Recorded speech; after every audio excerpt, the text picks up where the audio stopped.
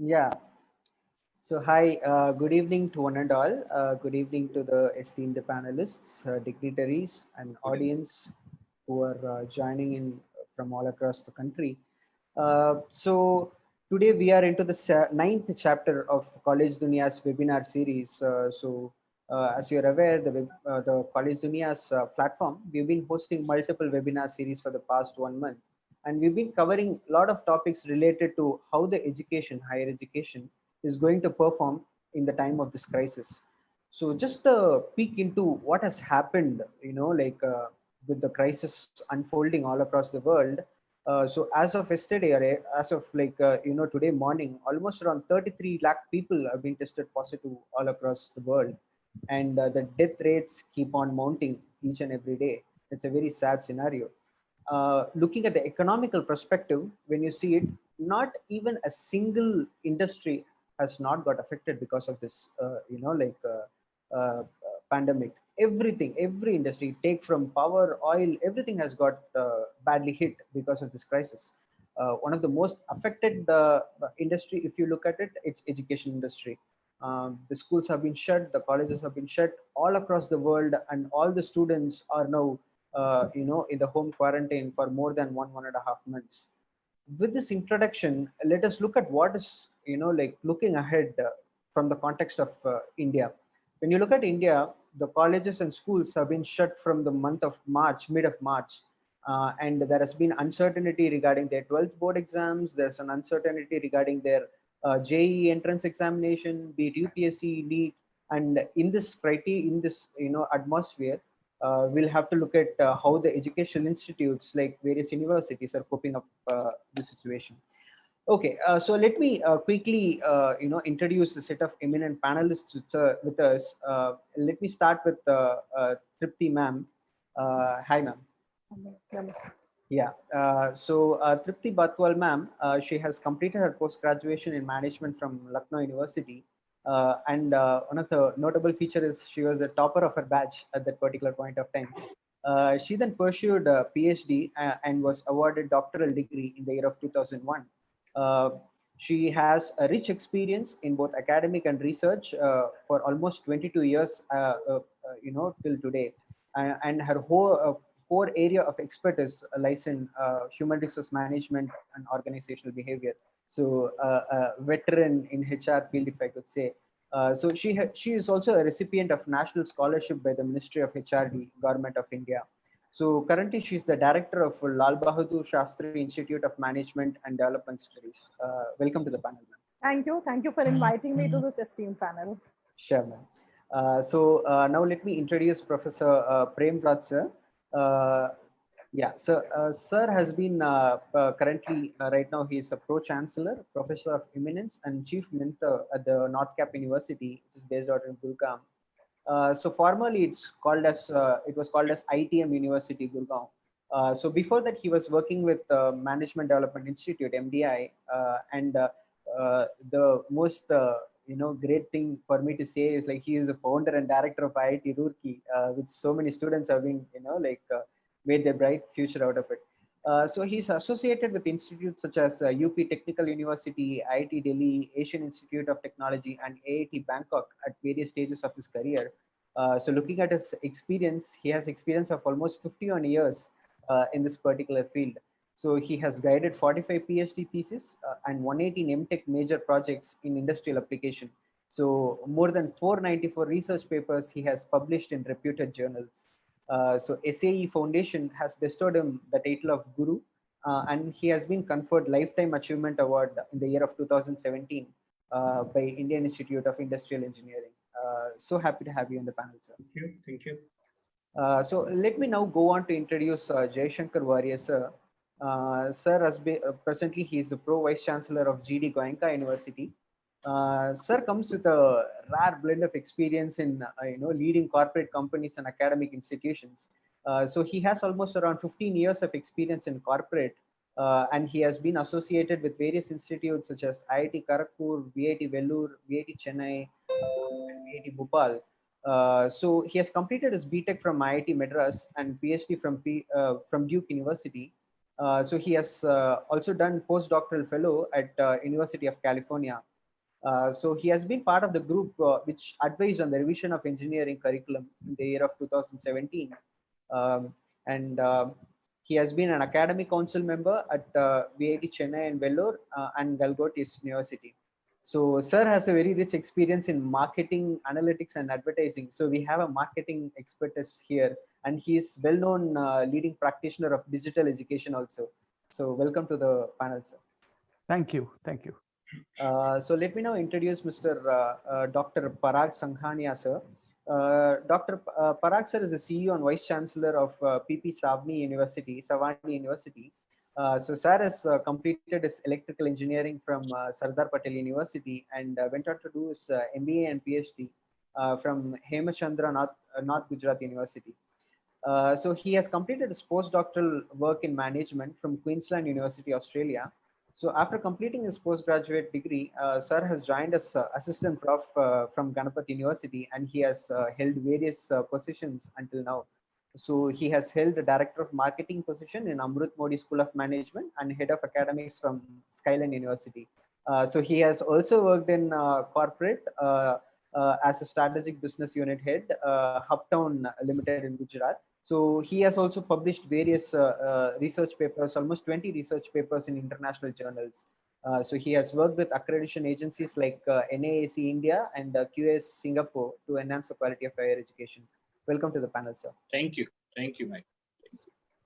So now let me introduce Punit Agarwal, sir. He is currently the Vice Chairman of the MIET Group of Institutions. Punit sir is a civil engineering graduate from the institute which everyone knows in India, BHU, and then his PGDM marketing from IIM, from IIM Ahmedabad. He has a rich experience of 24 years working with various PSUs, consultancy firms, Indian corporates, multinational companies, etc.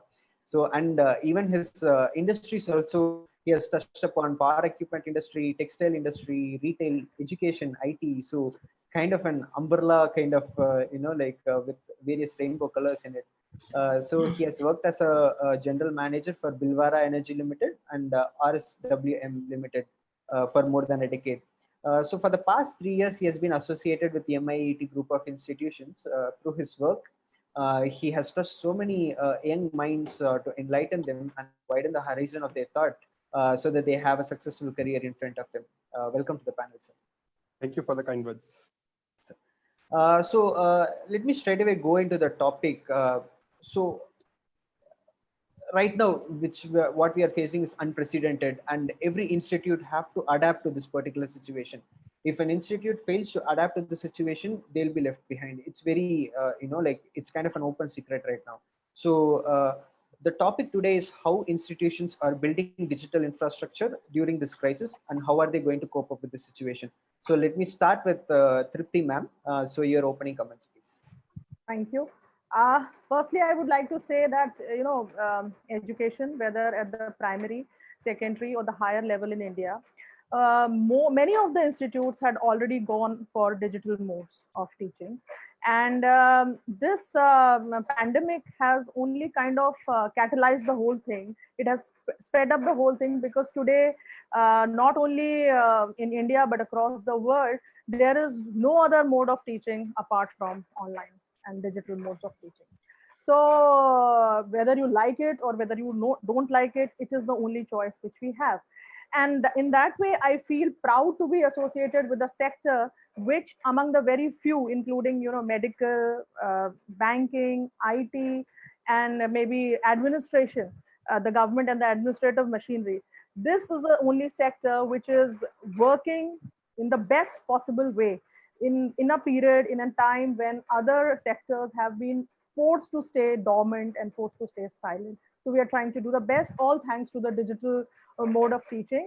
And I would like to emphasize that, to get the best out of the digital mode, I always, get apprehensive of the fact that if this trend would have come, if this pandemic would have come maybe before the digitalization of education, then we would have no options. So to get the best out of this digital mode of education, we need to focus on four E's. The first is the expansion, because there are still many academic institutions which have not been able to transform to the digital mode because of their constraints and limitations. So at this point of time, I feel that there should be certain companies which are providing internet services, and there should be certain academic institutions when our institute is ready to volunteer, that we should come together, take it as a part of a social responsibility to make this education available to those who have been left out in this process, those students who are being left out of this process. And that way it becomes a great leveler also, because all challenges regarding the lack of uniformity in the quality of teaching, pedagogy will also be solved through digital education. So the first E would be expansion. The second E would be equity, because when you expand and you give the same kind of education to all the students in the most inaccessible part of the country or even the world, then that leads to an equitable kind of feeling and an equitable kind of a society. Then the third would be excellence. And why it is important, because when we expand all of a sudden under certain constraints, then what happens, we tend to forget about quality. So that expansion should also take that dimension of quality into consideration. And the fourth E would be employability. Whatever, it should not be just because we have no option, because it is a fad everybody is doing, so we also resort to the online mode. Whatever education, whatever learning we are giving to the student through these modes, it should be focused on their career, it should be focused on their employability. So that is how I see it. Right, right. Thank you so much for your opening comment, ma'am. Let me go now to Premrat sir. Sir, your opening comments, please, on the topic. Actually, so far as this situation is concerned, it has impacted every other sector, but the educational sector that the most. And I see in this an opportunity for the education sector.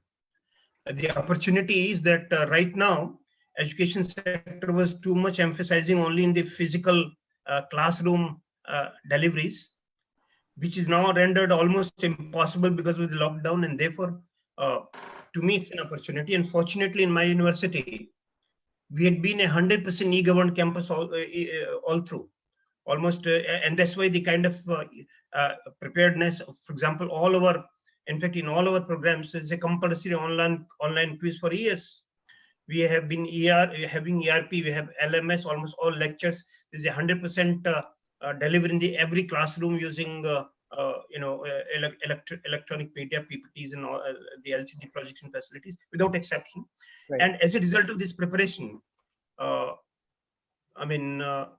we could immediately switch over to this. I'm giving the example of being prepared, since we had already invested heavily in terms of the e-governed campus. In fact, we were the best e-governed campus in Gurgaon once we won the award from Haryana. Almost everything is done through e-mode, including meetings, in terms of complete agenda, everything.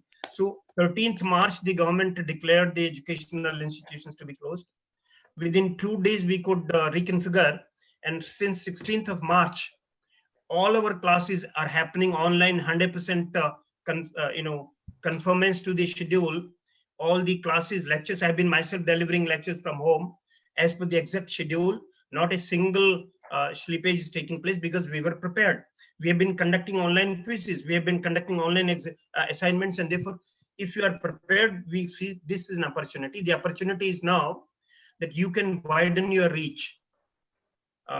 Because of the online mode of online and offline combination, right, you can go into the best known faculty available in the world and tie with him or her to deliver lectures in an online, which can be further followed up by a small group, laboratories, participation, tutorials, project work in a combination. And therefore, the kind of talent that was perhaps would not have been available to the remote areas, we see an opportunity for an outstanding faculty with a very tremendous inspirational profile can now be involved in the teaching learning process. So I see this as an opportunity. When it comes to our universities, everyone has an e-portal. Every student has an e-portal, e-profile. All our placements have been always on. We invite companies electronically. Although for conducting interviews, they've been coming in person. But fortunately, our we already have 95% placement in computer science, and overall university 85% placement already. Only thing will be that in this change, there might be some impact of the people visiting campuses for conducting interviews. That has to be seen. For our admissions, we perhaps would have to reconfigure. As it is, as our university has not been very strong in in advertising in media, you would have hardly seen our advertisements except for the admission notice. Right. And therefore, this, since we were already media shy in terms of investing in, but we are very strong on social media. For example, our university is extremely active on Twitter, on blogs, on LinkedIn, and in terms of as a result, our admission process is already on. Only thing is that, as was mentioned by someone, unfortunately, in engineering education, JEE seems to be the starting of the rest of it. Right. And since JEE has not even been held, it brings out an enormous amount of uncertainty as to when the session would begin. Because in my university, our admission process had been, we give 60% weightage to the JEE score and 40% weightage to the 10+2. Now, both of these data inputs are not available. And as a result, the major issue would be now, how do we reconcile to this? Either we have to change the model, the country has to revisit, instead of having too much reliance on a single examination such as JEE, we'll have to find some ways, or maybe a stronger focus on giving provisional admissions by using your data analytics to find out if a person has been doing extremely well all through his life. It's unlikely that he will fail the examination whenever it takes place. So if somebody has a 95% chance of clearing the board examination or qualifying examination, Right. I take a chance, take a calculated risk. And therefore, maybe our model of recruiting admissions would have to be done in a very different way. And perhaps that's where data analytics once again can be very helpful. So far as we are concerned, our entire university, we've been having ebooks, we have complete VPN, all our students have access to the electronic resources even from their home all through.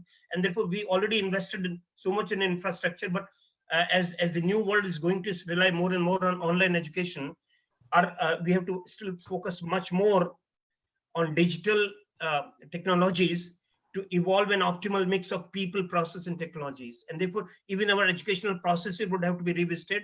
Instead of 100% presence on campus, you'll have to find out an optimal mix.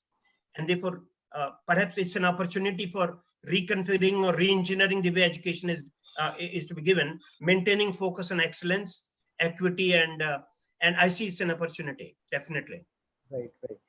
Thank you so much for the practical aspects of it. So, coming from an institute, you have put what and all has happened so far in the last years and what difficulty you are going to face and how to resolve it. Thank you for the comment, sir. Sir, let me come to Jay Shankar Warrior, sir. Sir, your thoughts on this topic? See, I think there are quite a few, I mean, as the panel has discussed, the one is that the 12th exams have been postponed. So, I mean, or some of it has not happened. So what this means is actually for us that the pool that is going to come into the university will change. I cannot comment whether there will be local movement or where it will be localized or not. We do not see that. That is one thing.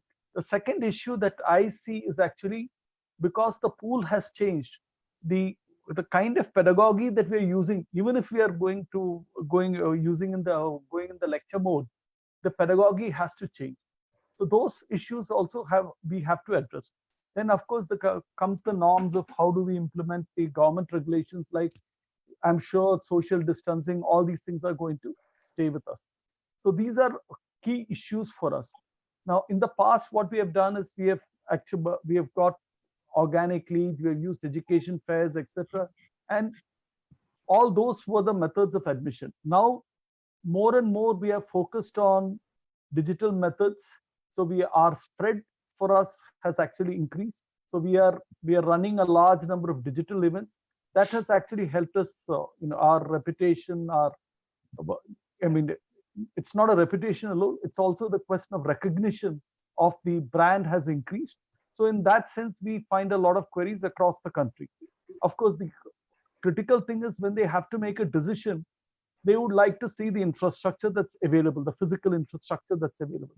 That is currently not possible. So in a sense, we are thinking of investing on, we have some tours on the off the campus, which are already there on the website. So those things have become more critical. And we have to, again, engage a lot on social media for admissions. And later on, I think once the university resumes, I think the entire pedagogy that we use has to be revisited. We will definitely move towards a blended mode. It's which means that many of the classes, so-called classes, will not happen in the brick and mortar setting. Right. It'll actually happen on the electronic mode. And what this does is actually, my feel is that this will actually improve the teaching learning experience. So I'm not that generation, but I think the fact that you can actually break up the capsules, information delivered, you can also set it up in such a way that the student can choose the way he wants to deliver, whether he wants a text mode, whether he wants a video mode, whether it should be audio. All these types of changes can be made. So I see it is uncertain in the near future, but I think for the educational institutions, in the long run, I think the pandemic is going to be a big benefit. Right. Excellent point, sir. There actually thinking about the pedagogy. So you touched upon a very important topic, because right now, any university, if you take any leading universities like Harvard, Cambridge, everyone has moved into digital mode. So all the lectures and courses, short-term courses, everything is now available to the general public. So now it has become an opportunity for the students to go and actually study, sitting in India and studying about a Harvard kind of a course. Yeah. So yeah, thanks a lot for your comments, sir. Yeah. Let me now move on to Parag, sir. Sir, your comments on this topic. Yeah, what I would like to suggest, is that this is the liberalization and globalization moment of the education sector in India. What happened into 92 and 95, in the Indian stock market. If you see, the way Indian stock market has transformed from the manual trading to the digitalized trading. And at that time also people were skeptical that India is, not able to absorb this demat of shares or ATM and all this. And now we can see it's a part of Indian life. And the same way, I personally feel that COVID-19 represents all our higher education a moment of liberalization and globalization. So I personally feel that Indian higher education will be transformed very drastically. Though the private universities like us who have started in recent couple of years, we are already, keeping our edge by investing heavily on, as Professor Premwat suggests, that we already invested onto the LMS or ERP. We are all completely like PP7 University from day one is totally E-enabled. We were using limited number of sessions earlier, but now it is 100%. So it took almost 1 or 2 days, like Professor Premwat, that PP7 University, within 2 days, all our schedules are online. We were using the Google IT infrastructures and all our teachers, because being a new university, being a young faculty base and all that, has become us agile, and we will be able to immediately move to the online. But this is going to happen to the all higher education institutions of India, the e-learning and all that. And one major other challenge I will see is that now Indian student also has, get a test of what Harvard is using or what MIT is doing. So it puts a lot of challenge on us that if I will start my online course or something, they will immediately compare that the MIT professor is teaching in this way, Harvard professor is teaching is this. So it will really put a lot of challenges to the higher education institute to deliver a quality education. So I personally feel that these are the two my starting comments. And I think that the private universities, or those who have started later stage, who have not very large legacy systems, will be move very fast, will be able to immediately connect with the student. Like I had a almost 3,000 plus lectures done in the last couple of years with the almost 80 to 85% average attendance, where my physical attendance was coming out anywhere around 78 to 82%. So you can see that there is a students' acceptability of this mode of education is very high. And a lot of my webinars, which it's very difficult for me to call someone from Delhi or from Hyderabad and deliver a guest talk. But in last 1 month, I was able to organize almost 47 webinars from the US, from the Australia, from the different places, and it has been received very well by my students. So the point I'm and as related with to our topic, that these all put pressure on building a very high quality digital infrastructures for the universities in India. And this is the moment where we all have to see that we are able to transform ourselves very quickly, because if we cannot transform the foreign universities, the other, because see, now they can enroll students, they can provide the degrees, and adaptability of students are very high. So we have to work more forward. And I think we have started working on our 5 years digital plan or roadmap, which was not earlier. Physical expansion was in a more deliberations. Now the digital frameworks, what are the strategies, which platforms we are going to use, the discussion, deliberation has been started. And I am sure that within a couple of years, we will be, a couple of days, we will come out with our plan, where not only online teaching, online examinations, the whole experience, working in a Dubai and all that, I see that Indian universities are way behind their counterparts in a Western world. But now we are catching up very fast, and that's a good thing, which COVID-19 has given an opportunity with the, because see, this will help us to build now earlier I was taking 30 students in my classroom or 40 students in my classroom. Now I can enroll 60 students in my classrooms with the online proper infrastructures and online teaching and all that. So I think we all are now moving to invest heavily on the digital infrastructures. This is what my starting comment to Right, sir. Got yeah. it. So very beautiful comparison you made with the globalization of the stock market and the education. How 20 years back thinking about trading through a mobile phone was not even part of any mindset of any Indian. But right now every trading happens through mobile phones. Likewise, you also opened up a like a topic known as a globalization in education.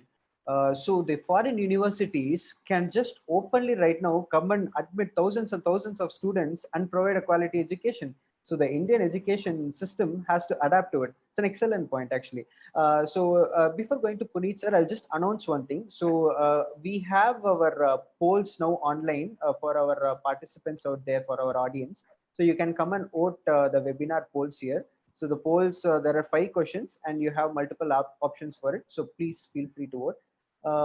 So now let me go to Puneet sir. Sir, please your comments on this topic. Sujit, thank you for inviting me here. Had you asked this question about digitalization in the first fortnight of March 2020, I would have given you a different answer. I would have said that possibly in the next 3 to 4 years, you would see more, say 50% or 60% digitization of the education. But within a day, I think the digitization of the education has happened rapidly. Just before the announcement of shutdown, what we had done was we have 3 campuses which are spanning, which are working with 5 universities across, and we are hosting both technical and not technical, but all professional courses. So it was very difficult for us to imagine that. But what happened is just before the lockdown happened, we took a call. We initiated the digitization process with all our faculty, and within a day the infrastructure, whatever infrastructure was lacking at the faculty's house, we provided that. We shifted the computers, laptops, everything. We shifted that, and within I think 2 days of the shutdown, we were able to establish the remote learning process. And I'm happy to state that 99% of our faculty are now delivering lectures online. 100% of our students are now enrolled, and all our topics, all the subjects, as of now, the semester end is happening and the course is 100% covered. We are ready. Since we are affiliated to the universities, we are waiting for the universities to announce the examination process, but our students are ready. They have completed the course. We are doing a revision part right now, and I was very surprised and shocked kind of thing by the results that were announced. We were surprised to see that the attendance has actually gone up to 90 to 95%. It was very surprising to us. The reason probably was that possibly we were interacting with the students at their home, and they were under the pressure from their parents. So because of the parental pressure, what happened was the students were attending the classes, and we were very surprised to see the result. The 95% of attendance, where the actual attendance used to be 70-75% hover around in the physical classes, it was 95%. Moreover, every faculty, moreover, what happened was the communication channels opened up. Because of the digitization process, there used to be a gap in communication between the highest level in a college and the lowest level of faculty or staff. So that kind of communication has now started happening. Now we are literally aware on a daily basis, on an hourly basis, as to who is taking classes, what how the classes have happened, where has the timetable got shocked, and there is no excuses right now. So the communication channel has opened, and from management perspective, what I'm seeing is I'm getting first hand information from the faculty. Same way with the students. The faculty in a higher educational institution doesn't interact with the parents. The interaction has started happening on a regular basis. The students are, the faculty parents are aware what is happening to the students. So those are the positive things which has happened because of the digitization. There is one problem that which we are yet to solve is in terms of the assessment. I have seen the assessment process across the world, and American universities are also not able to offer a foolproof assessment system. So there is one gap in terms of the digitization of assessment process, how it will happen. Now, if I look at from another stakeholder perspective, from the placement and the recruitment process, what I am seeing is none of the recruiters as of now have shown any inclination of not honoring their offers which have been given, but their expectation has increased. What they are expecting that the students, when they join, they won't have a leverage, or they don't have that time frame where they would be trained by the organization. Because as you see, most of the recruiters, they are also going through a transition process, and what they are expecting is they are expecting that the trained manpower should be ready, available, and obviously they are going to cut down on their expenses on the training or keeping the students on the bench. So they would like the students to be ready to be deployed on the project. So most of the recruiters are forcing us that why don't you get the students trained, and we are using a faculty. A good thing also has happened where most of the principals, if you see, whether it is Amazon or whether it is SAP, if you name the principals, most of the principals are now offering online courses, training courses, skills development courses free of cost, which is a very good opportunity. And Right. we have offered these courses to our students and faculty alike. We are telling them, why don't you upgrade your skills? Because the moment everything opens up, there is going to be a requirement for new skill sets. And if the students and the faculty are trained, and whoever is trained is going to get advantage. So here it's a matter of survival, not only for the stakeholders, which is the students, etc., but also for institutes like us. Whoever has taken the lead has made a mark. I'm also seeing a lot of colleges, a lot of second ground colleges or technical university or simple standalone universities. A lot of them are actually have not brought students online. They have not digitized that. They have not taken this time to digitalize themselves. They have not taken advantage of that. This is where there would be a gap between the faculty or the academic institutions who have taken a lead, who have digitized the entire process, and traditional universities or the government universities or the government colleges who have not gone that extra, who have not taken that leapfrog in terms of participating in the digitization process. So that is also there. As far as the admission, the induction process of the students is concerned, what I'm seeing is there is a drastic change which is happening. The students, there is going to be a localization which is going to happen, which means the parents will be scared to send the students within a certain radius, beyond a certain radius. So Right. possibly we will be seeing a good season to that extent in terms of the recruitment of students, because the localized thing will happen. The students will not be, first of all, the students will not be going abroad for higher studies. The students will not be going to far off places. And third thing, they would be using the best, whichever academic institution is offering the best pedagogy, they would be looking at that in a local environment. But now the next step is how to reach them. This is also gonna change.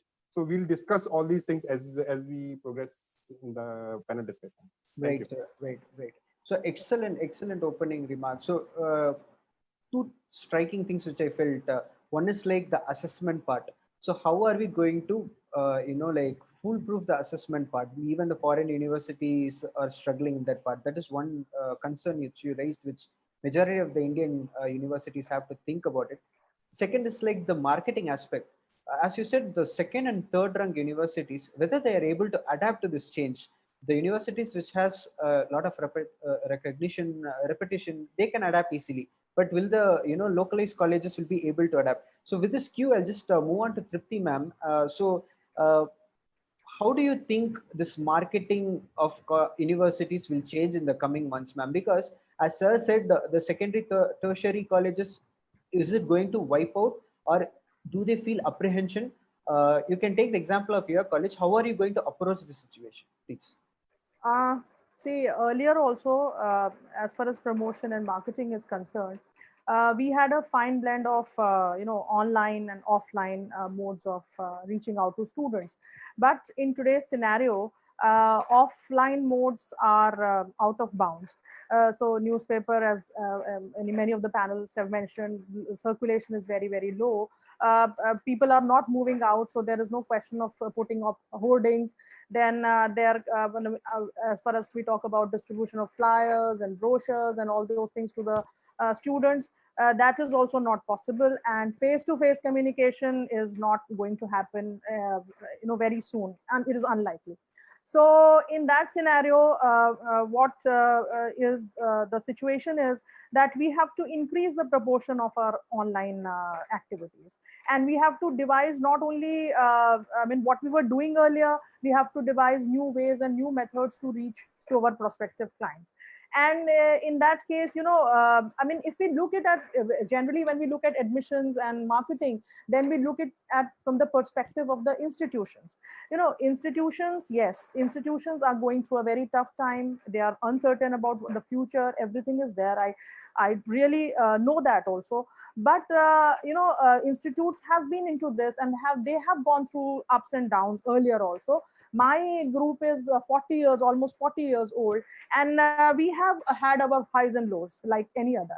So we have our coping mechanisms in place. But if we look at this from the side of the students which we are talking about right now are generally millennials who have been born at a time where they have seen excess of everything. They have seen opportunities, they have seen choices, unlimited, and a lot of flexibility, that you go to the online app, you can order anytime, get it delivered anytime. So they have had all these choices with them. Now suddenly they come to this situation where there are no choices, and everything is before them. They know everything. So in that case, we can very well assume the kind of depression, the kind of frustration they must be going through, the kind of chaos which is going around. And students, how will they cope, because they are facing it for the first time. So it is the duty of the parents, it is the duty of the institutes which are approaching them to not only look for admissions, but they should also look for counseling for them. Admission will be the second step. First, they have to counsel them, and they have to, because many of them must have applied abroad, they must be thinking of going abroad for higher education, or maybe out of their city, but all plans have been tossed up.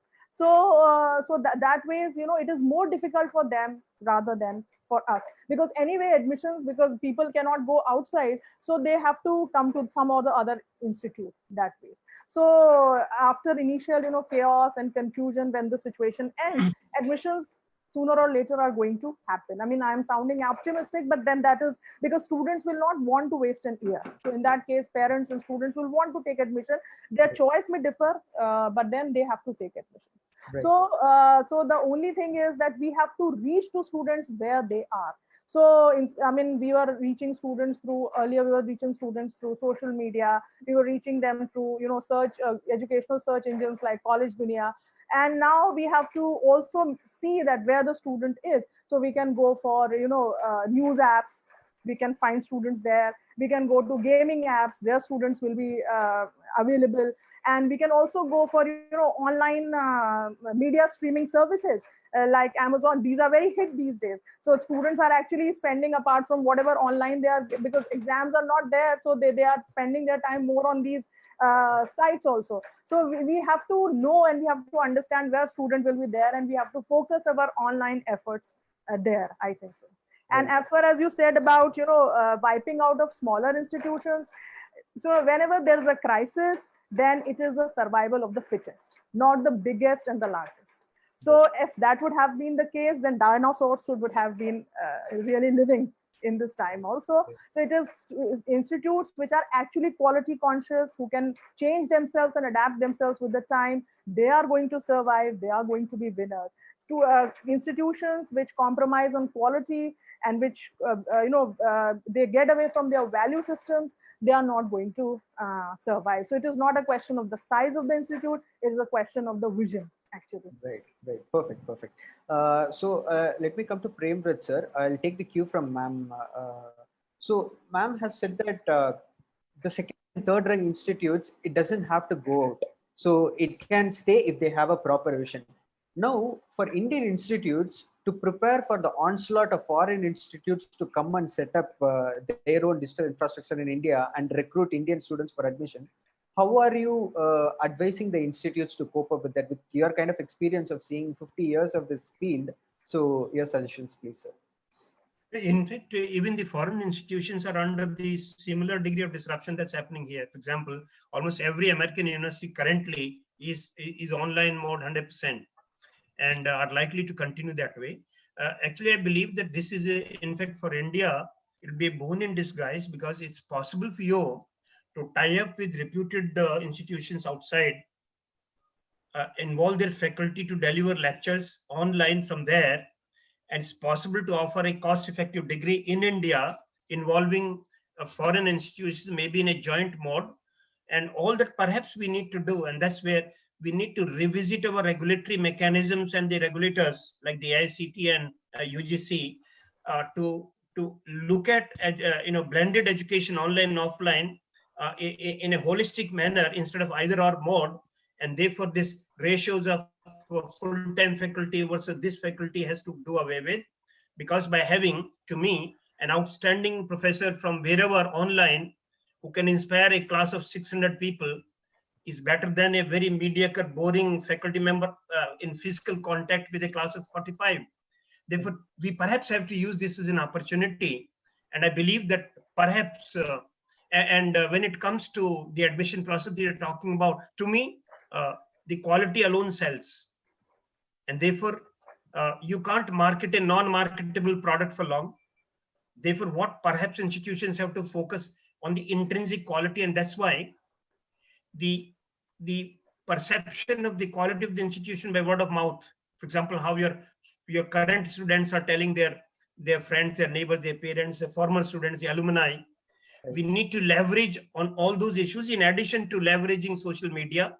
Our millennials, as was mentioned out, are very fond of this social media, and therefore, as it is, we have seen that the number of people coming through print media advertisements are really not so many. We have done this analysis many times. Because we do ask questions every time as to who told you, how did you know about NCU or ITM earlier, and therefore it seems that the word of mouth about your quality, your placements, about your teaching learning process, about your transparency of your operations and your placement scenario are going to play a very major role. While this disruption would be handled effectively, but our focus on quality and excellence should never be diluted. To me, that's the only sustainable mode by which you can continue to flourish. Right. Thank you, sir. I see this as an opportunity, and if you are good quality institution, the chances of foreign tie-ups are also more. For example, in my university, we are very strongly working with the Arizona State University tie-up, and as a result, it's possible for us to give lectures from there, and our faculty will be conducting joint. So if you focus on quality, even foreign tie-ups would become easier. Right. Let me now go on to Jaishankar Warrior, sir. Sir, the particular scenario, the students right now look at colleges as like the last decade or last 2 decades. People looked at hostels, people looked at academics, placements, etc. Right now, do you think students will start looking at how much digital presence a particular college is having, because everything is now turning into digital, and with this COVID crisis, digital has become the primary thing for all the institutes. Will it percolate to student and parent side also? So while selecting, will they look at the institute's reputation in social media, etc.? Your comments, sir. Yeah, I think about even before COVID, I think the institute's reputation on the social media was important. Now, the key point is that now we have increased our presence on the social media. We are now doing it in a more active manner because we do a lot of work, which are because our infrastructure is very good. We have tie-ups, for example, with world-leading institutes like University of University of Cincinnati, University of Kent.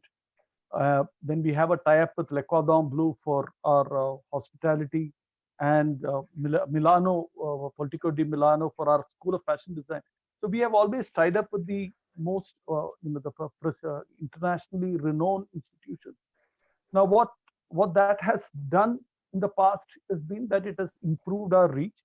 Now, what we are also doing is we are actually, because of the COVID crisis, because our students have other things, they're quite a bit creative also.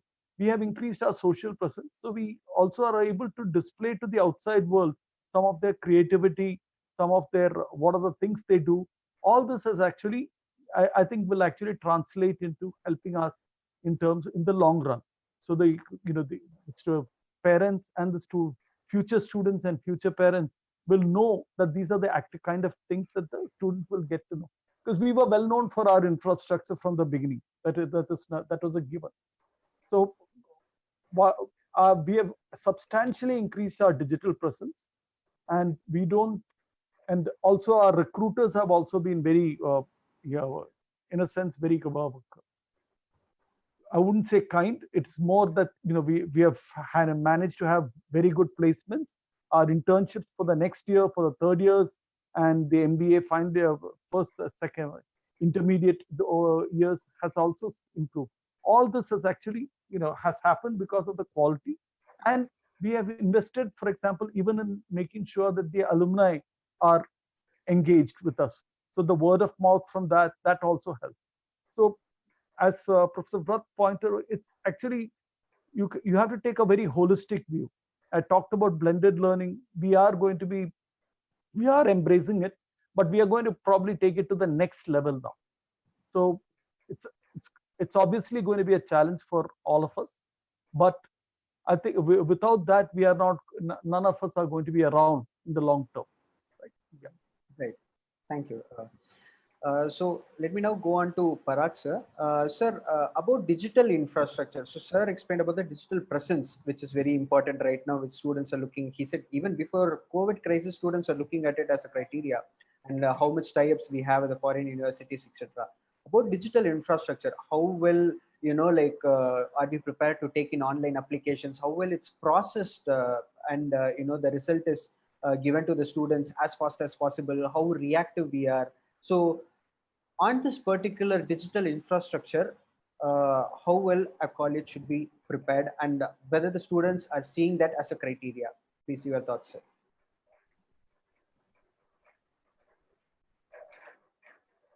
Sir, your mic is on mute, I think. Sorry.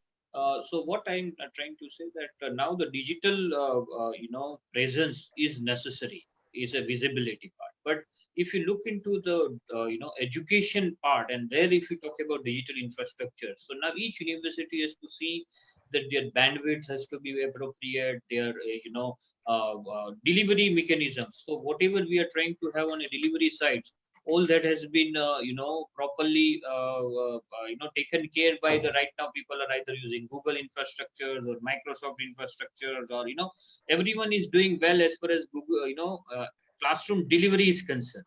So that everyone has though it is a very quick people switching is there, so it still needs to be more organized, it needs to be still more efficient, has to be there.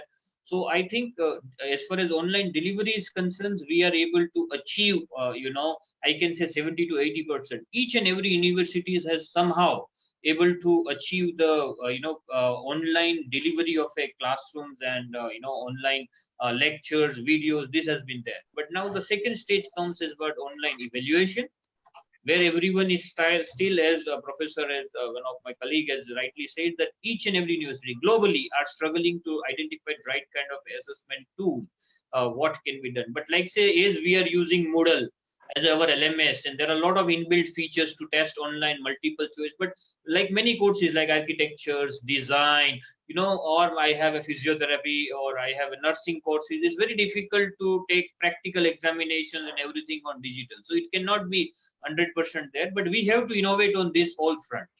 The third part is coming out about the online lectures and online content. So now each university has to establish a digital infrastructures for preparing online lectures and digital infrastructures. Digital delivery. So right now what we are using someone else material, because a lot of material is available free of cost, and people are using their PPTs and all that, but we have to go beyond that. So your online videos, your online special activities, all that has to be created, what I call it as a digital content, which has to be catered to your local need. I cannot have a MIT content straight away delivered to my students. So that has lot of content has to be customized as per the students of our area. So that is where I think the more investment will go on creating a digital content, for our digital content creation technologies and all that, where the I think Indian institution has to invest heavily, and I can see a lot of trends going on that, because see, online delivery, there are a lot of platforms available. Like right now we are using Zoom also is a very good education, or now Google or Google Classroom or Google Meet or a Microsoft Team. These all are the features available and people are right now using. I was discussing with one of the Google senior executive, and he was mentioning to me that there is a 23% increase of a traffic on Google just once the COVID situation has been started. And today, every day they are using almost 3 million customers onto the Google Meet. So you have to understand that these companies also cannot sustain, free of cost to the education for longer duration of time. They will also start coming to the, charging something after 2 or 3 months and all that. So this is where I think that all the universities have to invest. We have already invested very heavily on our fiber optic network on a campus. All my campus is having a very good security systems through which students are able to access the internet and everything. So these all we have already invested being a new university. I have a 100-acre campus, 100% Wi-Fi, and many times many of the faculties were earlier also taking classes that they are sitting in a lake and attending the our classroom. So that's what we were doing. But now we have to move towards creating our own digital content, and that's where I see the challenges, because a lot of our faculties are not used to creating a content. Right. If you see the NPTEL and all the Swayam courses, you will find that except IIT and IIMs and all that, other institution has very limited contributions to the digital content. So we Right. have to invest very heavily on this kind of infrastructure. So my bit is that more examination technologies and more of a digital content creation technologies where more investment will come, while this delivery part can be outsourced, with the various giant like Microsoft or Google. They will have a capability to provide the technology at affordable cost. So these are the things I think my take on it. Yeah. Creating a digital infrastructure, and that's where your point that smaller institution can survive or not. It's because now the kind of investment happens apart from physical infrastructure and digital infrastructure is quite considerable. Right. To, Yeah, I understand. sure. So we've just opened questions from the audience. I'll just straight away pick one question for Punit sir here. Sir, this is a question from an audience. I'll just read out the question.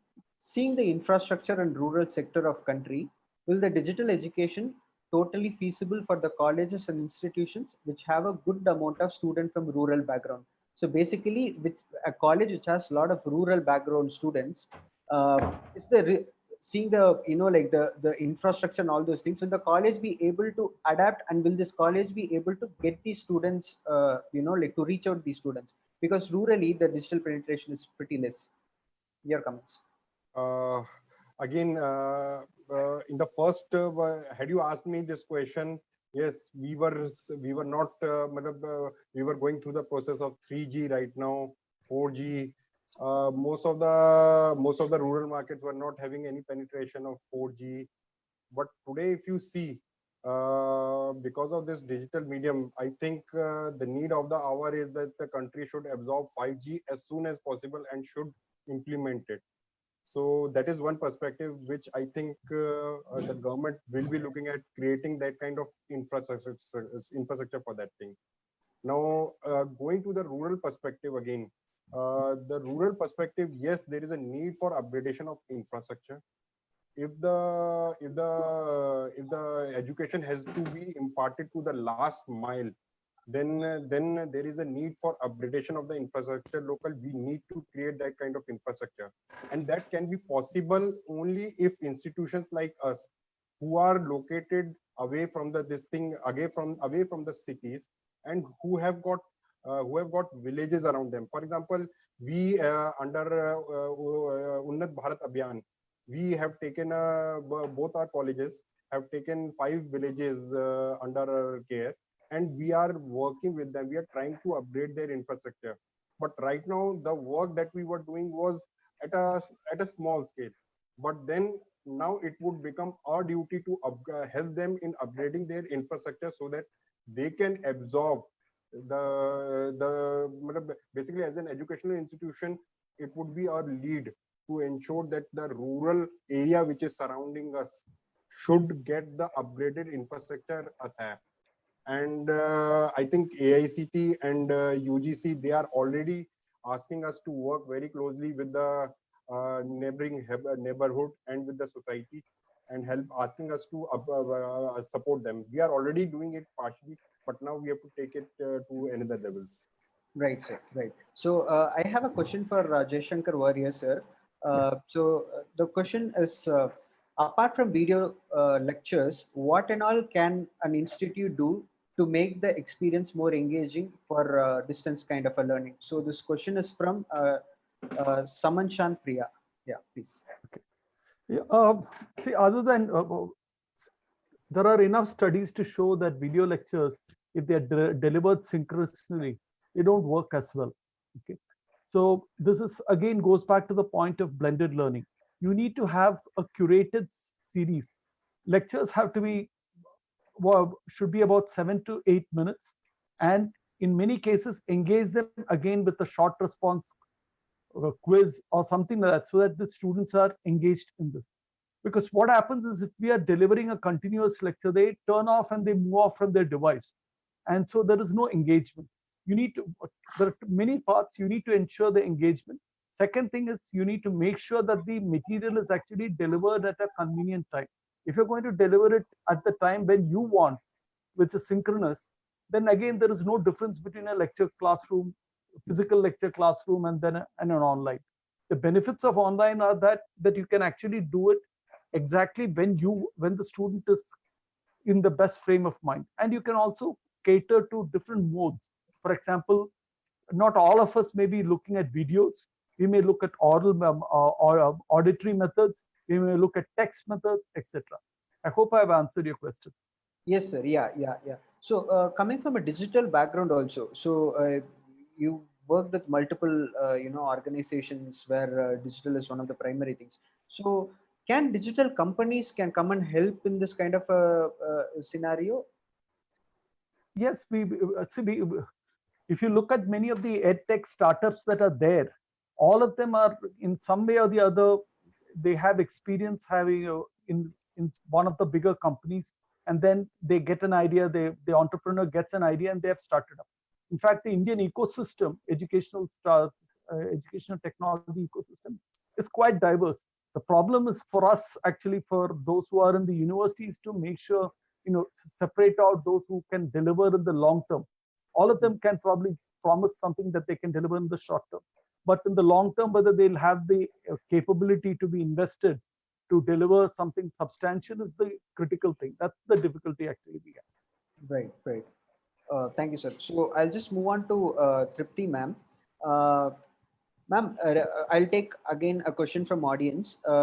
they've they've taken this huge topic called evaluation mechanism.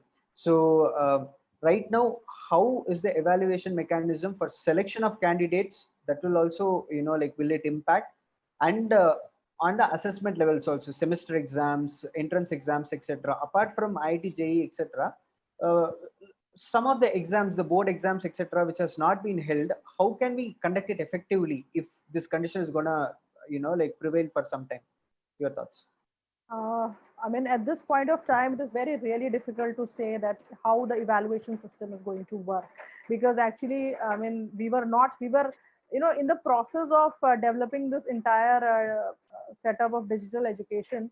It was more focused on teaching methodologies rather than on evaluation part of it, because the student was available physically, and examination is that way. It is a very sacred kind of a process, so you cannot just leave it on the digital platform, right?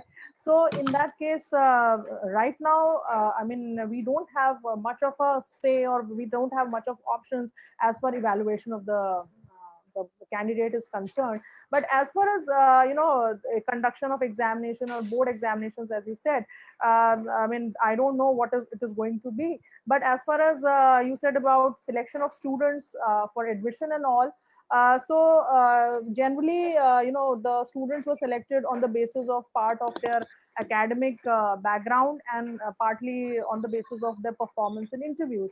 So that performance of in the interviews can also be judged virtually through virtual mediums. That is not a problem. We are all getting connected through these mediums. You can see it is not much of a difficulty there.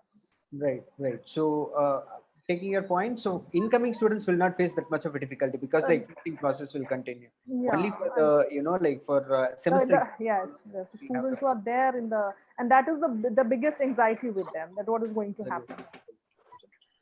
Premrat sir, I'll come to you. So the biggest question, like, which needs to be addressed, what about placements? How are colleges going to bring in placements at this particular point of time? And what digitally they can do so that they can, like, attract a lot of companies to come and, take lots of students from a particular institute? The placements, in fact, is not a function of only digitalization. Placement is also a function of the state of the economy. Right. Given the current situation of the economic conditions, the placement itself is bound to be impacted. Not only the nature of placement, but the kind of skills required, skill sets required. So definitely it's going to be a major concern.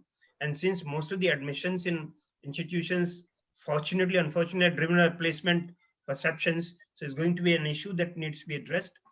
Uh, when it comes to attracting the industries to come to institutions for placement, physical placement, actually physical visits would definitely be jeopardized, because unless they're able to come, so till then the things would have to remain in the suspended animation.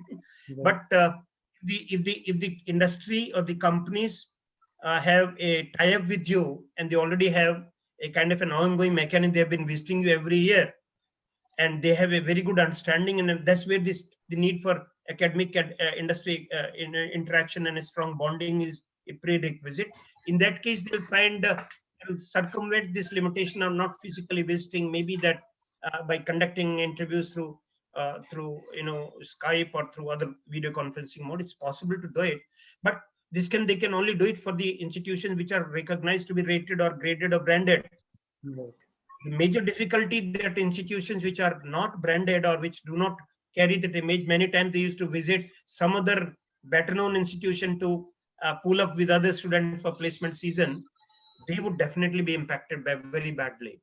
And not only that, the kind of skill sets that will be required, the future requirement would now be maybe that the technologies of industry 4.0 means greater focus on IT-enabled systems. So virtual reality, for example, virtual laboratories, virtual experimentation, artificial intelligence. The major focus might have to be on those things, which again would require heavy investment in these emerging technologies substantially. There's definitely, and the point, in fact, the biggest disadvantage of the digital technology that which is indeed is a challenge is the credibility of conducting examination online. while there are models available, you can do it online quizzes. We've been doing quizzes online since time, but then quizzes only for 10 marks. Yeah. Where multiple choice questions can be done, and everybody knows that multiple choice questions have fairly good degree of chance.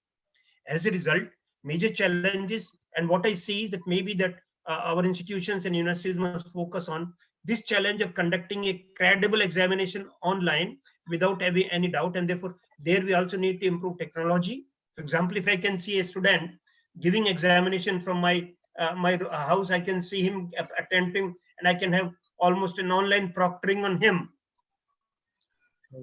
So even those technologies need to be upgraded. For example, given the Microsoft Teams on which we are conducting lectures right now, I'm not able to see most of the students. I can only see one by one. So maybe if you can, it's a challenge to even IT industry to create a technology or technological platforms where I can see my students, almost all of them together, and a proctoring is possible. Maybe the nature of question paper would have to change. I may have to focus on more open book examination, assuming that a person would have the opportunity to consult any book, maybe consult any person.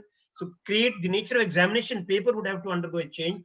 Maybe a separate kind of a design-based question paper, maybe application-based question paper. So that's a challenge that we need to address collectively. Multiple choice questions won't work. Right, right. Got it, sir. Thank you. Sir, as it's already 6:10, so we'll just conclude the session. But before concluding, can you just summarize, like, if you are given an opportunity to just impact, like your institute by just changing, by just affecting one particular change, so what it will be? So let me start with Parag, sir. Your closing remarks, and if you want to change one thing at this particular point of time in your institute, what it should be. Right. I think, my closing remark is that now a lot of shift happening to the digital infrastructure investments, and all the institution has to invest. It's a necessity. Like earlier, we have a regulatory norm that we have this many classroom. Now this is the environmental norms which we have to invest. So one thing is very clear that we have to increase our spend on a digital infrastructure. As far as if I wanted to change at any of our institution, it's a mindset change. I would like to work on the faculty and student both mindsets, and I think COVID-19 has helped us a lot of things to change this mindset, because now faculties and all that have started accepting the online ways of doing the things. Still, we have old and new guards, those who are, it is remain there, but I wanted to change the mindset.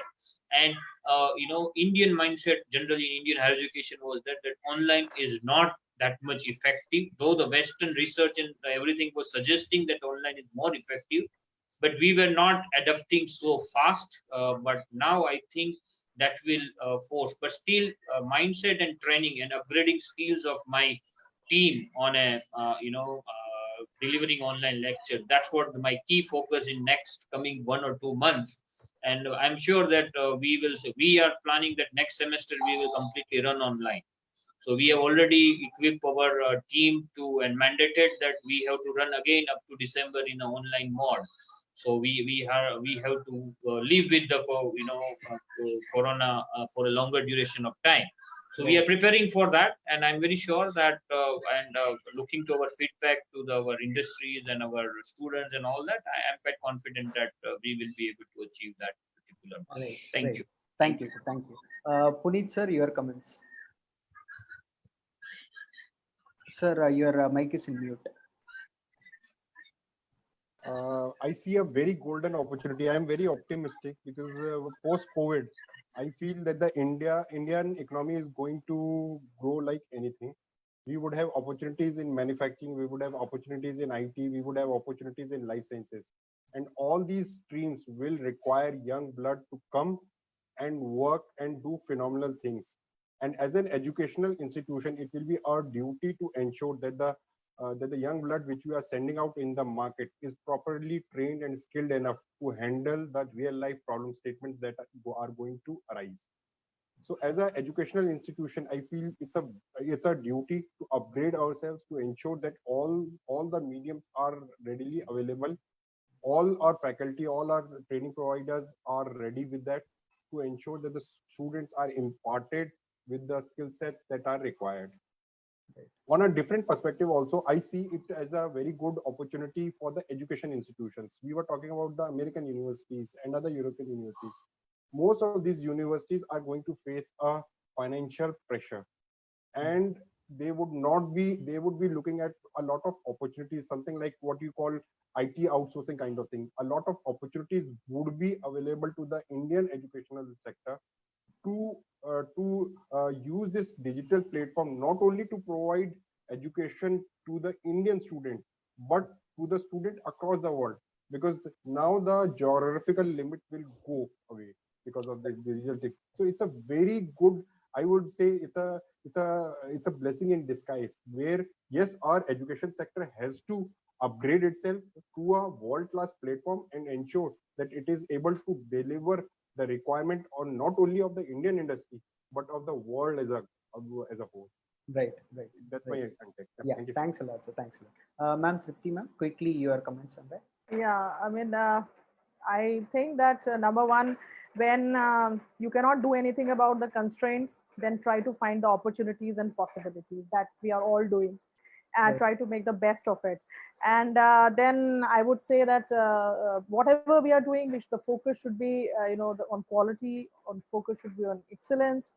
Whatever we are doing, the purpose should be to keep the student engaged, because the biggest problem with digital platforms is how to keep the student engaged. So whether these are our prospective students, whether these are our current students, we should look for ways and means to keep them engaged. And as I said earlier, also survival of the best will happen. So it is kind of a cleaning process also happening with the COVID thing. And one thing which you asked, that what I would like to change one thing in the institute. So that is, of course, a digital mode cannot replace the teacher. So, but it is very important for the teacher to, include digital modes of teaching. So, firstly, there has to be, as Parag sir very rightly mentioned, there has to be an unlearning on the part of the teacher, and then also on the part of the taught. So there has to be a change in the mindset. Right. Perfect. Perfect. Prem Vrit, sir, your comments on that?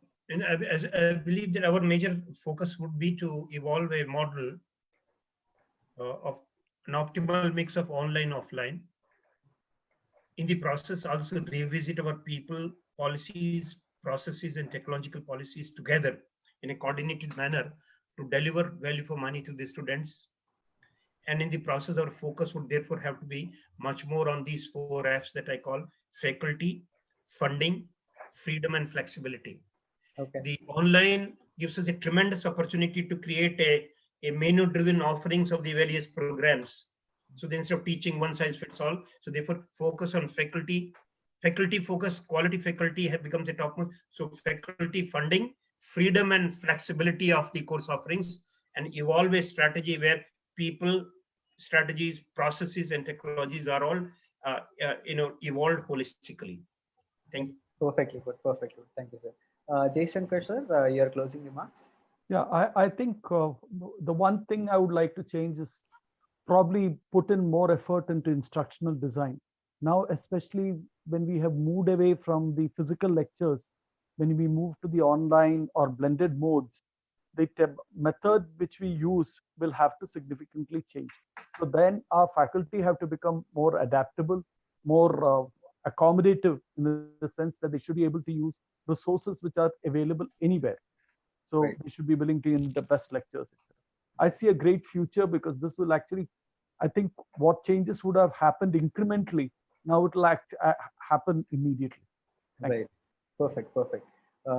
Yeah. So I'm actually honored to have heard so many perspectives about this particular topic. So when we were actually designing this topic, we kind of like put in some 3 or 4 points. I thought like we'll not be going beyond what these 3 or 4 points, like which we have discussed previously. But as eminent panelists have put so many beautiful points, ranging from mindset to structural changes to pedagogy. It's been a pleasure, like to learn from all of you, all 5 of you.